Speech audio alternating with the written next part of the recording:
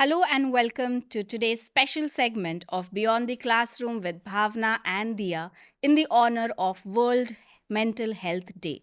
Today we are privileged to have three prominent figures with us from mental health arena. Our first guest, Dr. Alka, she is the academic director of EduScan, a psychologist and a professional counselor. She believes that every child possesses unique strength and leadership is a skill that can be cultivated. Next, we have Miss Sangeeta Chima, who's the principal of Amity School, an educational practitioner for 3 decades and a school leader for more than 18 years. She served as the first lady head of 159-year-old legacy residential school, the Lawrence School, Lovedale. Ms. Chima has a deep passion for teaching and believes in the enthusiasm for continuous learning. And finally, we have Dr. Sonakshi Rohela, who is UAE licensed psychologist with clinical experience in India and UAE, over 12 years of experience in the field of counseling, psychotherapy, employee engagement, training, and development. She plays a vital role in enhancing clients' happiness and well being by guiding to bring a positive change in their life. Let's welcome Dr. Rahela, Ms. Sangeeta, and Dr. Kalra. Thank you Welcome. very much. Thank you very much. To set up today's conversation and the discussion about World Mental Health Day, uh, the question is for you, Dr. Alka. You came here in early 90s, which was like Exactly. approximately 32 years back. So can you just paint a picture? How did mental health look back then? It's a very, very good question. Thank you very much. I think not only in UAE but world over, the awareness about mental health in that era was much, much lesser than what it is today. I remember there was no law, no policy for mental health then. We never spoke about inclusion and inclusive societies. We never, of course, concerns and issues were there. And certainly that was probably one of the reason for me to be in this region. So I was recruited from India and brought in and as a first ever school counselor when it was not a mandatory requirement by our regulatory authorities. Actually, the regulatory authorities themselves were not there in that era. So we were operating under the Ministry of Education.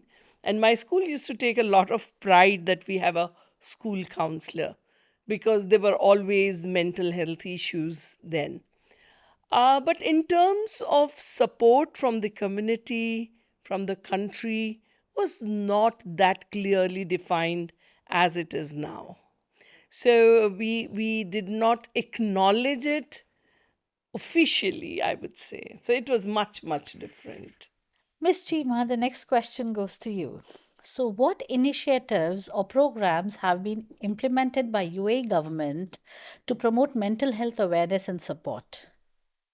Today, particularly when it comes to low income bracket people. Well, I think there's been a huge transformation from the era that Dr. Alka spoke about to what and where we are right now.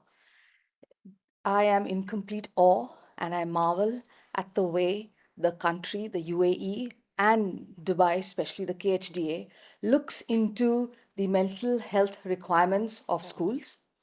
They have special guidelines and structures in the form of a system placed. We have teacher orientation, we have parent connections, and a whole lot of workshops that help our medical director to come to their expectations. But what I would like to just scan through very quickly is that the Crown Prince Sheikh Hamdan has got this fabulous Dubai Social Agenda 3033. And here it's going to be a destination. Dubai, a destination for living, learning, and a great professional life for everybody. So, therefore, mental health is on high priority. There's a national policy, but look at this long list of fabulous ideas, which I'll take less than a minute. There is a integration of a whole lot of mental facilities, mental health facilities in all the primary health centers.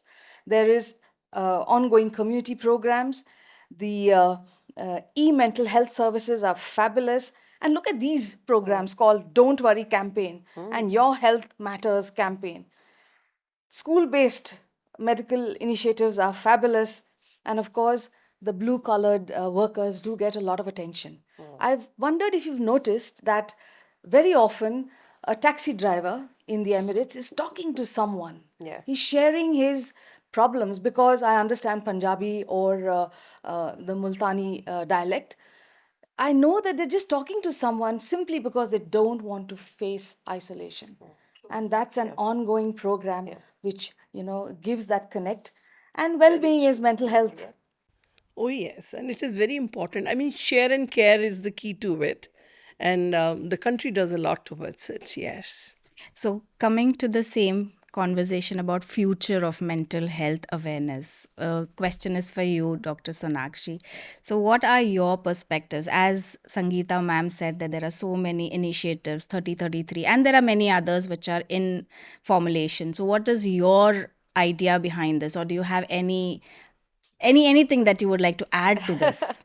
Actually, I share the sentiments of the ladies, to be honest with you. I do feel that UAE has come a long way when it comes to mental health practices. But then the fact also remains that there is a six-fold need increase, in 3 years. So if you look at that kind of statistics, the demand still surpasses the supply in UAE. So whether the war zones giving refuge to a lot of people, so the trauma counselors requirement is very, very high. Very significant need for grief counselors. So we're still getting there. We've done an incredible job, as in UAE has done an incredible job, but there's still a long way to go. See, 89% of the people are expat. Yeah. At one point of time, there was a lot of hue and cry about the visa. It would create a lot of ruckus in people. But today, if you see, UAE government has come up with so many methods in which you can attain a visa in this country. So naturally, the stress levels have gone down because of, a governmental policy like that. So if you see, there are several steps that UAE government has taken, but the truth is there is still a lot of demand and the supply is relatively less. Brings me to the point which Ms. Chima said, that this country actually has a scope for psychology, for mental health, and they can accommodate as many as possible, because 12.50 million is the population. They've never reached that population in a long, long time. This is the first time UAE has hit a 10 million plus. And the number of counselors and psychologists, less than 1%, 0.0006% or something. So you see the gap is very high. So it's 7.5%, 7.5 people over 100,000. That's the ratio of psychologist versus individual population, which is less than the median of 9 globally. So there is still a lot that we can do, but I'm very happy and very proud of the fact. See, I love the country. Very proud of the fact that UAE has done some governmental policies which are excellent and in favor of the mental health. For example, the UN Sustainability Goal number 3, which is general happiness and well being for all. You see, UAE maps with it very, very strongly. So all the schools, I'm sure Miss Chima and Dr. Alka would be able to share better with us. But if you see all the schools, it's a mandatory thing, isn't it? The number of inspections that happen on the kind of events that happen, school well-being, the parent well-being. So all the stakeholders, whether teachers, students, parents, everybody is well taken care of, isn't it? Absolutely, Yeah. absolutely. We have a well-being framework, Yeah. and all schools are very well established with the guidelines and the strands, the performance standards that these frameworks, want us to achieve. And one of the trickiest areas where we need that constant support is with the Generation Z. Yeah. They are in Yes, such a Gen different Zs. space. Yeah. So although human resources is a challenge in terms of providing Yeah. mental health accessibility, Yeah. but I think the intention is very strong. Yes. Even The country, providing is one thing, and the concept of awareness. Yeah. It was not easy to say that I am seeing a psychologist. Yeah, no, It is You still know, a it's taboo. still Yeah. it's it not is, easy it to is. accept. Oh, I need a psychologist. I need some sessions, or maybe I am the one, or my friend is one. It's not so easy to take it. Yeah. Correct. But much, much better than what it was in the Yes, over the yes. years, yes. I think this young generation is quite open about it. So let's talk about specifics now, you know. So, next question goes to you, Dr. Alka. Um, Switching gears to family dynamics now. So we see a lot of rising population of single parents. Now they go through a different kind of stress raising the child alone in their professional life, personal life. So what do you think about the mental health challenges that they face and how are we tackling them?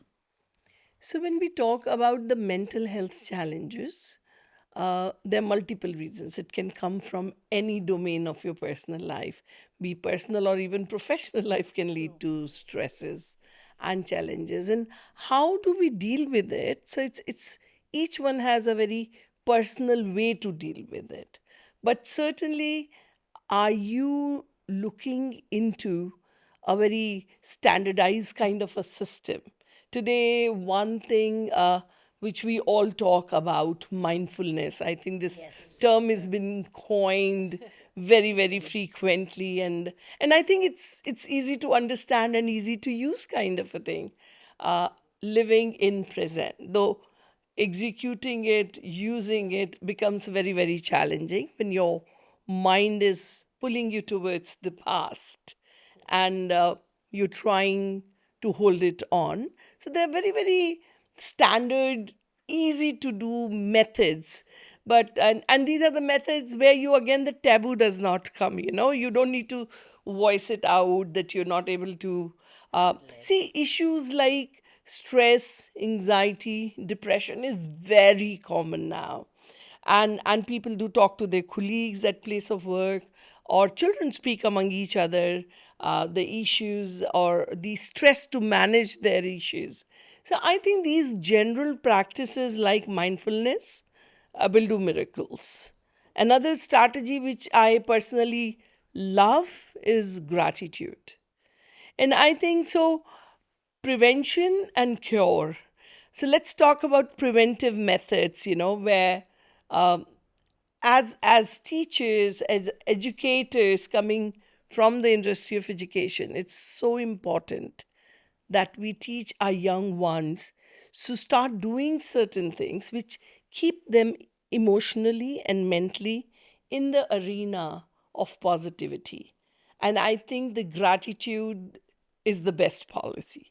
It helps them. So if we start making them do simple things like maintaining their gratitude journals. Now, what happens when you write your gratitude journal? By the end of the day, you reflect through the every activity, and then you instruct your mind to look for the most effective or the positive thing happened with me today. So actually, you're guiding your that inner unit to focus on positivity. So imagine such a beautiful thing. Simple, easy, and works well. So before sleeping or hitting your bed, otherwise when you are calm, you're relaxed, you're lying down on your bed, your mind seven times more will focus on what is not there, what was negative than what was positive. So the moment you give yourself an instruction that, let me choose my best activity of the day, you're totally making it get into that mindset of looking. I think parents, teachers, educators must make gratitude journaling a regular habit. Even parents, I think every stakeholder who's dealing with these growing, and forget about children themselves.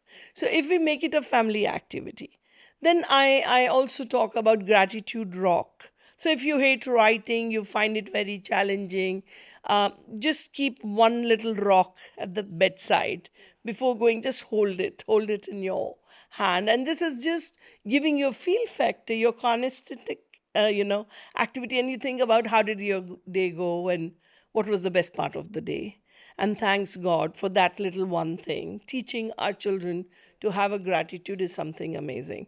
So I would say that mindfulness and gratitude are two things which can keep them away from unnecessary stress, anxiety, depression. Sonakshi, I would like to understand from you. There are so many single population, Yeah, unmarried individuals here in UAE. yeah, They're very busy during the day, yeah, but when they come back home, yeah, it's an empty nest for them. sure. So, how does these individuals cope up with their mental health when they are alone, when they're back home? I'm sure there is something that goes on in your mind and in your heart. So, how do these individuals should cope up? Okay, it's a wonderful question, and I have two parts of sharing the answer to it. See, the first part is I again will go back to the question one which we were discussing about the sense of awareness. I'll share a client story with you. I had a client, she's 18 and a half, 18 and a half, 19. So the reception gave me a call and said, listen, there's a girl who's come here, but she's not a minor. And she's, paid in cash and she's attending the session. So, okay. So she sat right across me. And I looked at her and I said, how is it that I can help you? So she said, see, I met a boy 6 months back. I told him we'll either go a long way or a rental therapy. So here I am.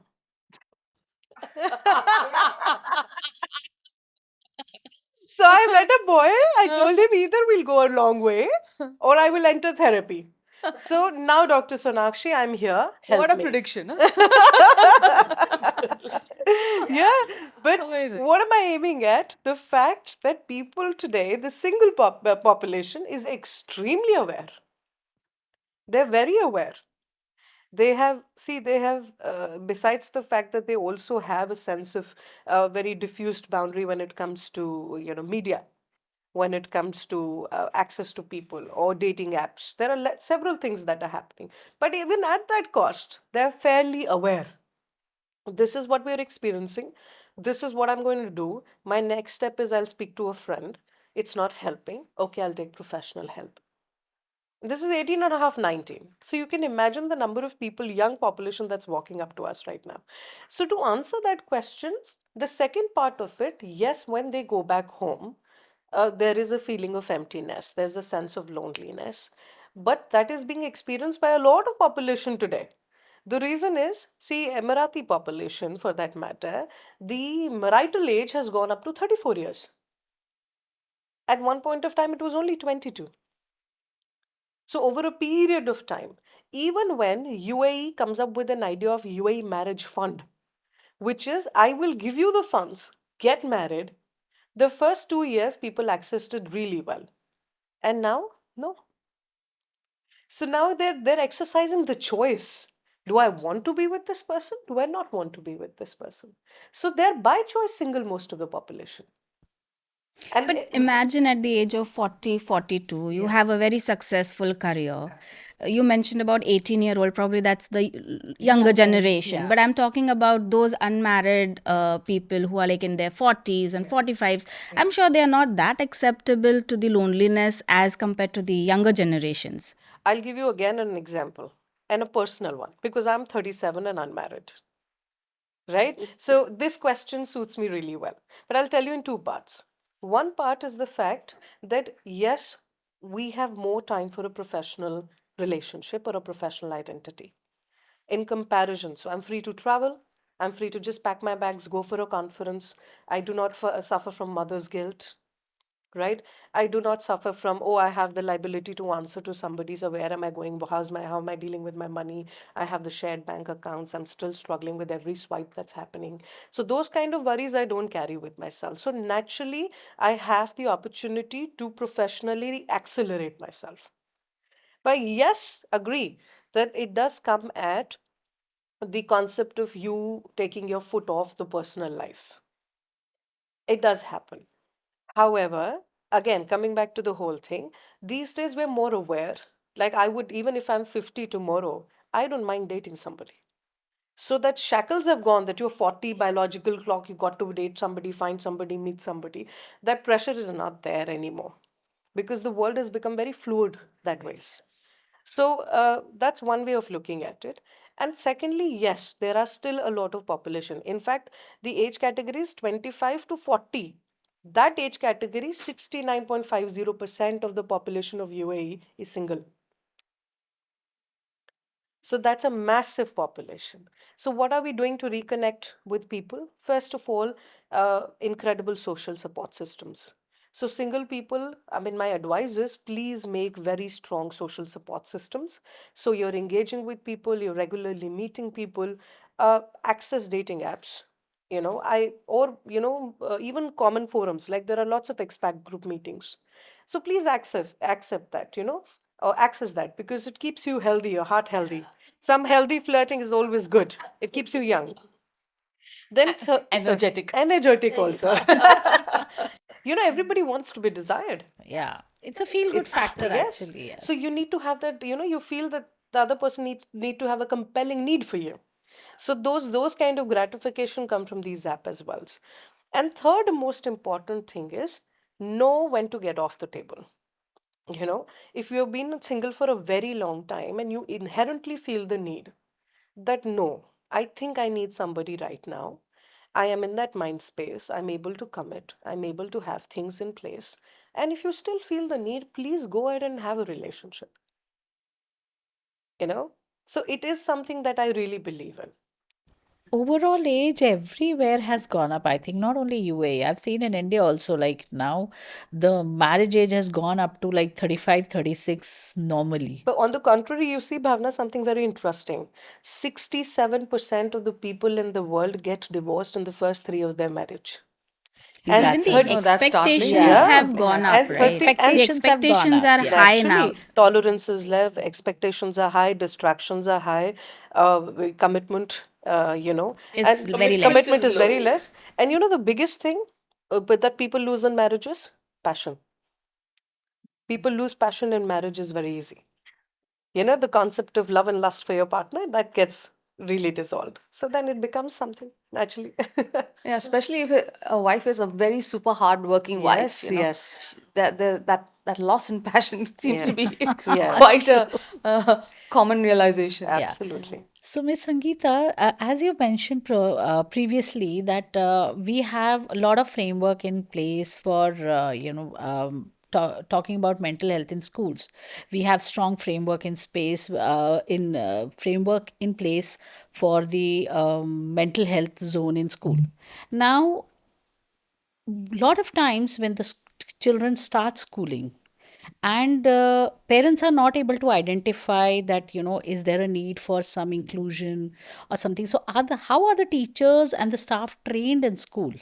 Are there formal trainings in place and to identify the mental health issues of the children coming in? Absolutely. The process of identifying is essential. That a child has a need, or a child may be going through a mental health issue. So it is the class teachers, especially when you have the phase one kids who are age group from 3 plus to 7 plus, and class teachers and subject teachers and co-scholastic teachers all along, who are trained to identify through observing and perhaps symptoms of what could be, Yeah. the future trajectory of that child. So we have a counseling and guidance setup. Now this is divided into two. We've got academic counseling. Now, academic counseling is impacted if you are not high on your well being and happiness. And of course, there are mental health issues. But people don't like to talk about it. We know all that. So, the other is on career guidance. But that, of course, comes for the seniors. But all along, teachers are trained to identify and report. We have a counselor who looks into the requirements of these children. We have a good connect with the community, the parents. We also reach out to counselors outside school, like Dr. Alka and Dr. Sonakshi, for specific expertise. We also have Ms. Meera Ramani, who provides therapy for our children who need them the most so that they are independent. So there is a full fledged system that supports the child's needs, especially when you know there is a need, because we can't afford to ignore their well-being and their mental health requirement. Now, that's amazing because, okay, UAE has the framework in place and schools are doing exceptionally, overtime or overdoing everything. Not overdoing, sorry for And that we've word. got fabulous Fabulous, directions. Yeah. yes. The guidance and Yeah. direction is so brilliant Yeah. that you want to embrace it. Yes. Now, my question is that Generally, when it comes to the parents' part, for them, coming to know that the child has a disability or a disorder comes as a shock. So, are there any workshops in place for parents, for guiding parents to understand that this is a need? This is not the child's fault. This is not their fault. And this is not such a major problem that cannot be addressed, with features in place or with a lot of love. This can be addressed and can be taken care of. Are there any framework in place for the parents to understand that?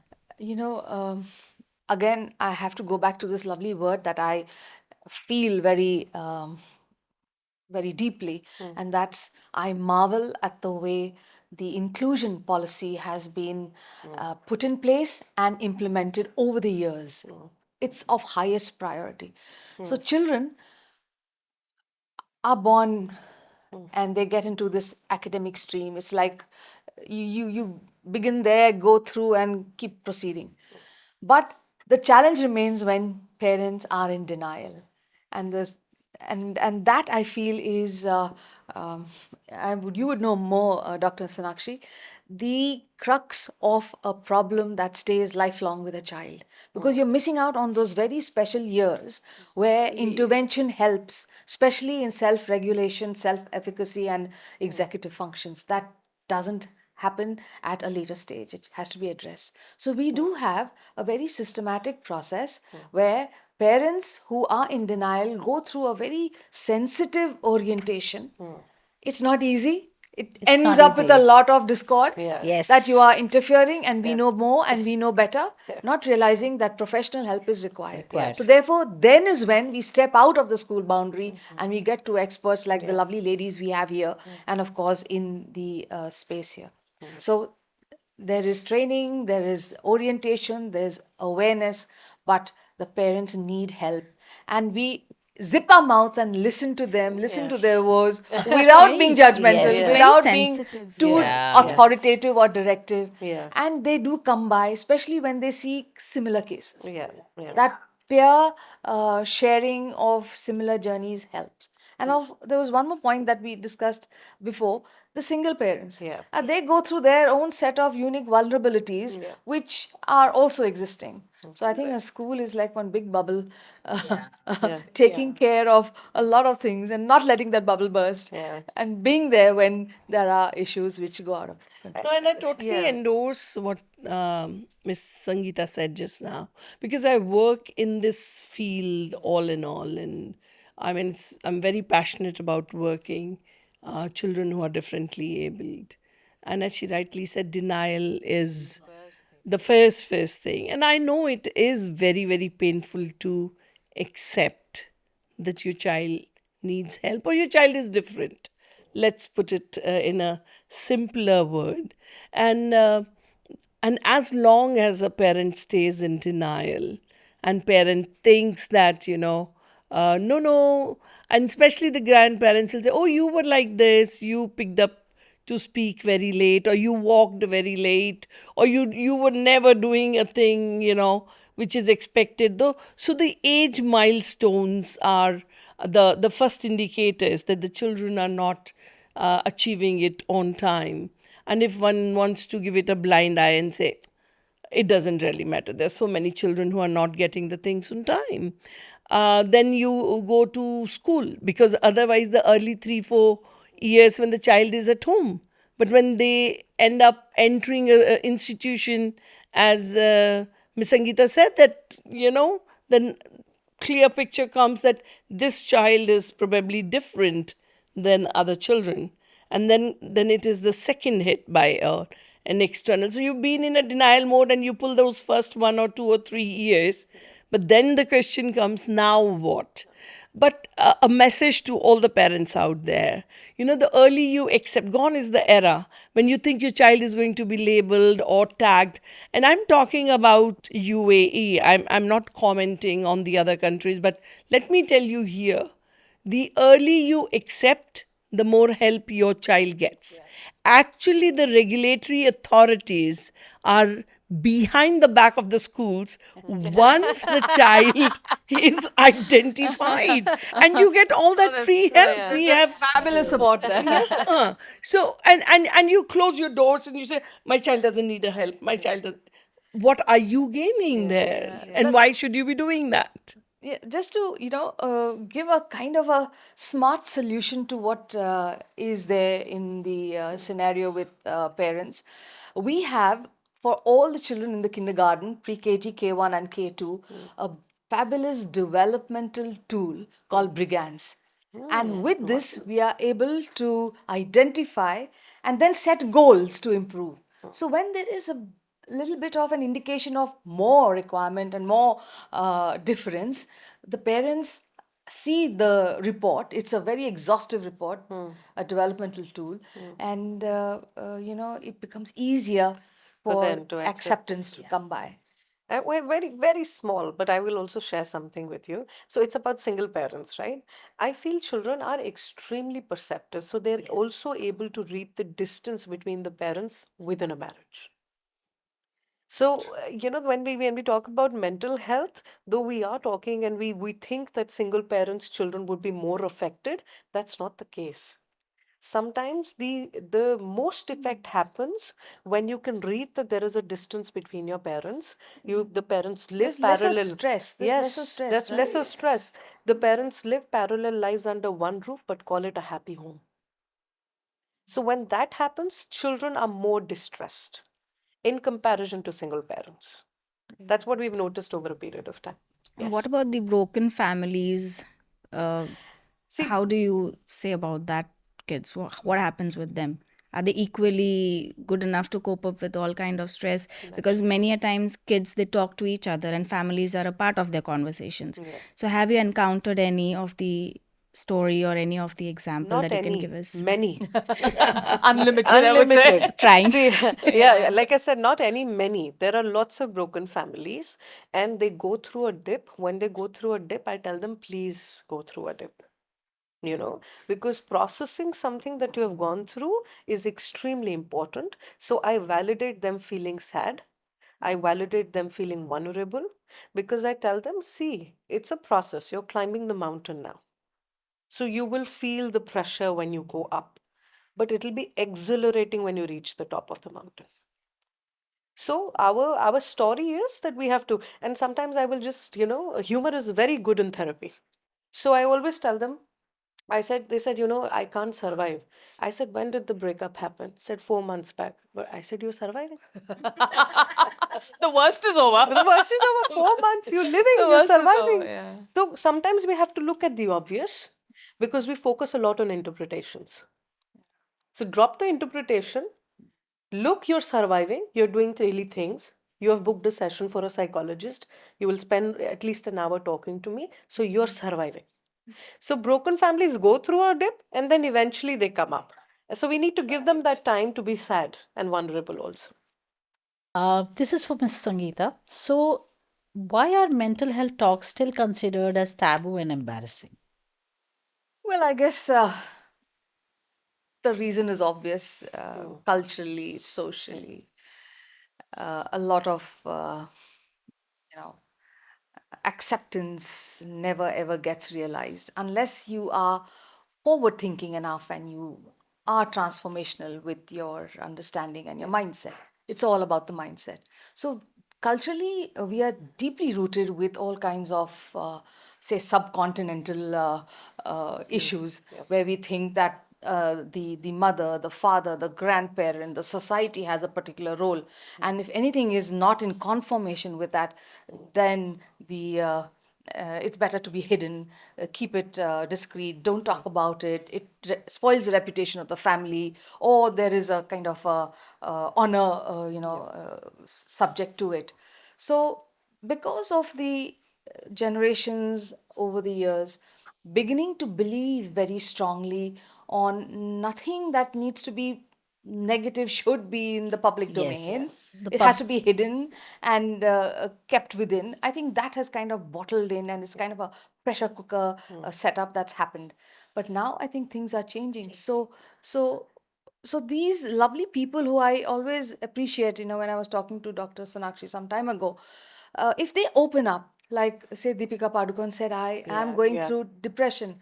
Winfrey spoke about her whole trauma, her yeah. childhood trauma. There's so many people, including Bill Gates and Elon Musk, who say that at some stage in our lives we did go through Yeah. depression. This is how I opened up. This is how we dealt with it. And I think the awareness builds in. So I think we need to get out of that cocoon of being protected with something that is wrong. It Yeah. never happens that way.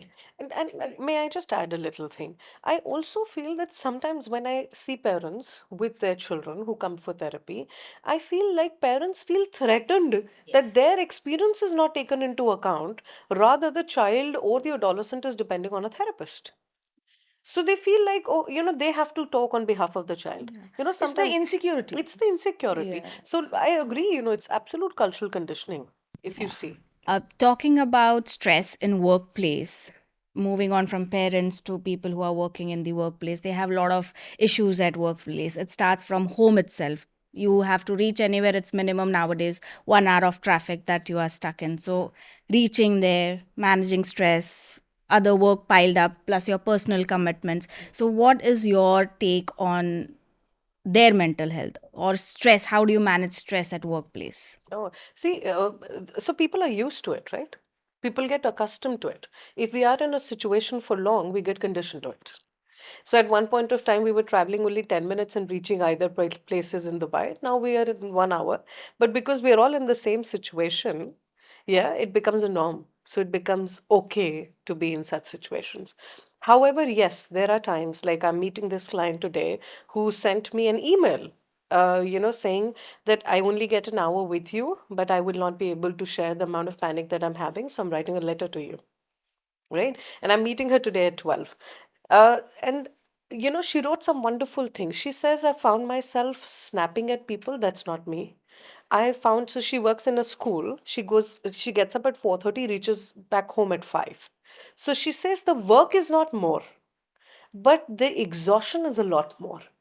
I have to be there and be mentally present, especially with. So I appreciate the two ladies here because they work with very young children, and they demand a lot of energy and presence out of you. See, I work in a university setup, so for us they're already adults. So you just have to talk to them, or sometimes just leave them. But with the two of them, they can't afford to leave children at their own pace. So naturally, that it's a very demanding situation. Even if they've been doing it for the last 30 years, it doesn't matter. But to be able to run with children, to be able to be there, it's very difficult. So how do you deal with work pressures? See, first of all, everything that comes down to is the fact that you have a good social support system and a team with you. So I tell people you're pressurized at work because you're not delegating enough. So delegate, find people. If there is work, create a schedule, put that in priority. What is the top most important? Then what is the lowest? Can I do this? How quickly can I do this? Have an estimate. So these days, and even before also, you want to survive work, that is easy. You want to thrive at work, strategize. So surviving at work is very easy. Yeah. But if you want to thrive at work, you have to put a strategy in place. What are my strong suits? What I have difficulty dealing with? Can I delegate enough? Yeah. Am I keeping everything to myself? Am I being possessive? I feel like I am the only one who can do the best job. And what if it's the second best job done? What is the damage that it'll create? So, those kind of situations, if you have, and sometimes I'll tell you a simple rule because I juggle quite a lot. I take each day as it is. Like right now, I know I have to be here till 10, maybe 10:30, 11, 11:30. And then I knew I might just get 10 minutes with my ladies here, which I really, really value.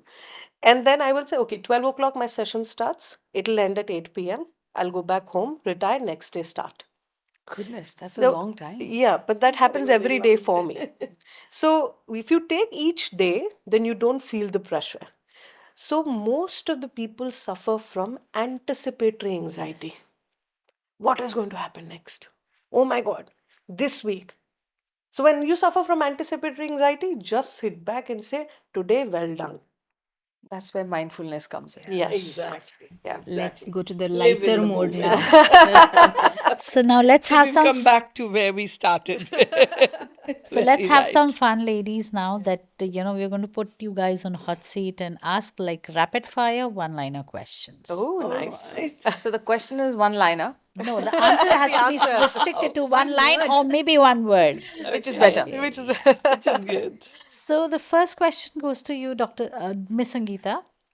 You have to teach a class of aliens. Teach a class to aliens. What will be your first lesson about Earth? About Earth. Wow. Oh, that's a question.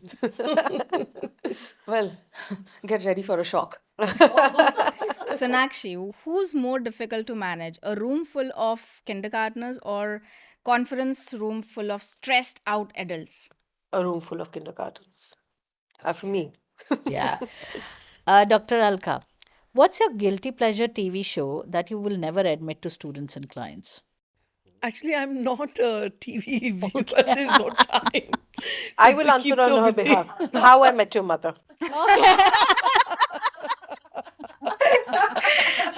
Sangeeta, if you could switch jobs with anyone for a day, Yeah. who would it be? A Ooh. celebrity chef, a rock star, or a zookeeper?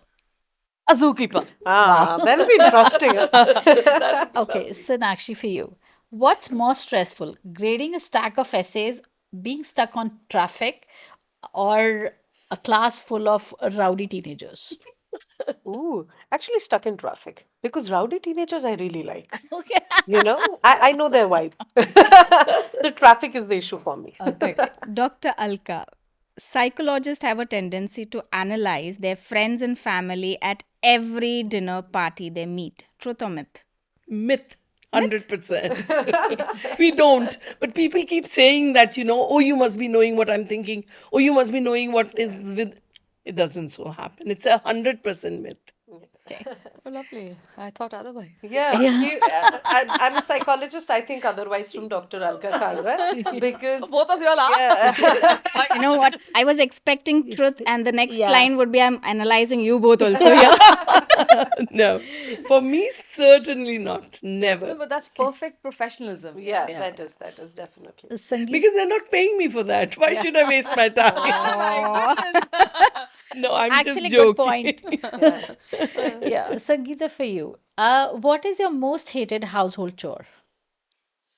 Oh goodness, chopping onions. Okay. Yes, me too. Sonakshi, if you could have one animal assistant, who would that be? Horse. I'm the horse person. I know they will do the fastest running. Because I will sit, I will strategize. I want somebody to run. And you'll delegate. I want to delegate. So horse will run. Wait, I'm already a lion, right? Why should I have another one? Okay, Dr. Alka, for you. What is the silliest thing that you believed as a child? A silliest thing which I believed as a child. I think the tooth fairy. Okay. Yes. I always grew up believing, every time I'll lose one and I'll get money, and I would say that Okay, the fairy this came is last silly. night. All through your And we made our children do you that. will always remember that. Yeah. Yes. Never leaves But you. it's a very good question Yes. because when you asked her, I thought of Santa Claus. That's the first thing that came to my head. By the way, I'm 37. I still write letter to Santa Claus on a Christmas day. Oh, And my goodness. mom still keeps a chocolate under my pillow. That's true. So we come to the end of rapid fire questions. Well done to everybody. And we come to the end of today's special segment on Beyond the Classroom with Bhavna and Dia for the World Mental Health Day. Thank you so much, dear viewers, for listening to us. I'm sure you will take a lot of inputs, a lot of insights that have been shared by our three prominent guests. Thank you so much. Take care of yourself and see you in the next episode of BTC. Thank you so much, dear ladies. Thank you And very thank much. you, It was lovely to viewers. Thanks, speak to you. Stans. It was indeed a pleasure. Thank you, Bhavna. Thank you. Thank you, dear. Thank you. Lovely. Pleasure meeting Pleasure you all. meeting you all. Indeed, Same here. indeed.